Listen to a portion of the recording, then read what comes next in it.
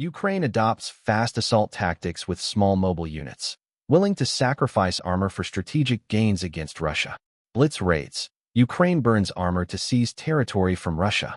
Recently, Ukrainian forces have launched surprise raids into Russia's Belgorod region, even while losing ground in Kursk.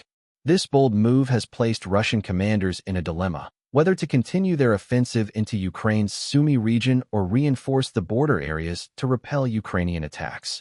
Military analyst Yen Matveev has revealed Ukraine's new and grueling tactic. Over the past 6 months, they have deliberately abandoned armored vehicles to break through Russian defensive lines. They know many armored vehicles, tanks, and infantry fighting vehicles will be left behind on the battlefield, Matveev explained. But this is not a tactical failure. It's a cold, calculated strategic decision. Ukrainian commanders are willing to pay the price of losing expensive Western-supplied equipment in order to advance and gain territory in a war of attrition where traditional tactics are proving ineffective. Ukraine's new approach, speed over scale. A typical classical assault requires a 3-to-1 ratio, 3 soldiers and machines for every 1 defender, and comes with the acceptance of 3 times the casualties. This traditional method aims to exhaust the enemy's resources before capturing the objective. However, Ukrainian generals are adopting a different mindset, launching attacks using fast-moving mobile groups that rely on speed as their main advantage. This approach was evident in the attacks near Berdin on January 5th and toward Fanasivka and Cherkasskaya Konopelka on February 6th. They prefer to lose equipment rather than soldiers, sacrificing several combat vehicles for concrete progress, advancing 3 to 7 kilometers and capturing a village or a stronghold, Matveev concluded. Tactical structure of Ukraine's assault units. Each Ukrainian assault typically involves an infantry battalion with 15 to 25 vehicles. The backbone is the Bradley infantry fighting vehicle, featured prominently in most assaults. Supporting vehicles include 1 to 3 combat engineering vehicles to clear obstacles, mine-resistant vehicles like the US-made MaxPro, armored personnel carriers such as the Stryker and Ukraine's BTR-4E. Tanks play a secondary role and sometimes are not used due to their weight, slow speed, and inability to transport infantry. The main objective of the formation is to deliver infantry to the assault zone and provide fire support where possible. Engineering vehicles handle barrier clearing and minesweeping, often with losses of 1 to 2 units per raid. Then Bradleys push forward to shield infantry from mines. If they hit a mine, soldiers can evacuate safely. Abandoned Bradleys with rear hatches open along the Belgorod border testify to Ukraine's forward push.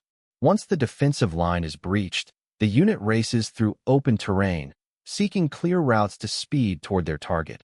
This is when Russia deploys UAVs to strike. The most crucial rule is not to stop. Ukraine abandons damaged vehicles and continues forward. Once the front line is broken, they're halfway there, with the target only 2 to 3 kilometers away, close enough for infantry to cross open fields. Upon reaching the target, troops are deployed, and remaining operational vehicles withdraw to prepare for the next wave.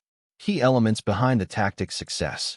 This strategy hinges on 3 key factors: high-quality equipment, fast, well-armored, reliable, elite infantry, special forces, or experienced assault troops, solid engineering support. Ukraine even used pontoon bridges in the Kursk assault.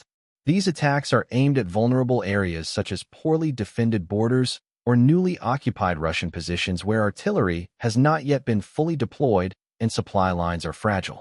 Prior to the assault, Ukraine uses UAVs to destroy supply routes, weakening enemy lines. Small assault sizes help maintain secrecy until the last moment. Lessons learned from 2023 failures. In summer 2023, Ukraine also attempted mechanized assaults, but failed due to overuse of slow tanks, poor route selection, and loss of surprise.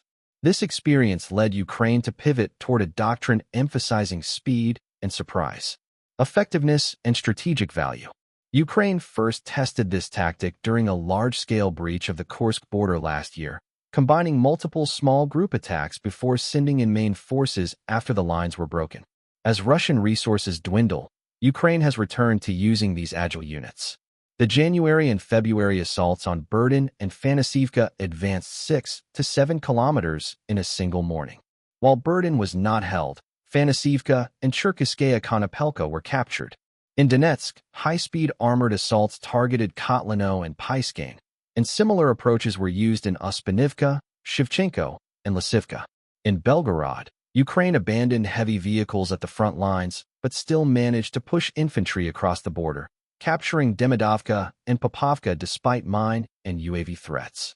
Limitations of the tactic.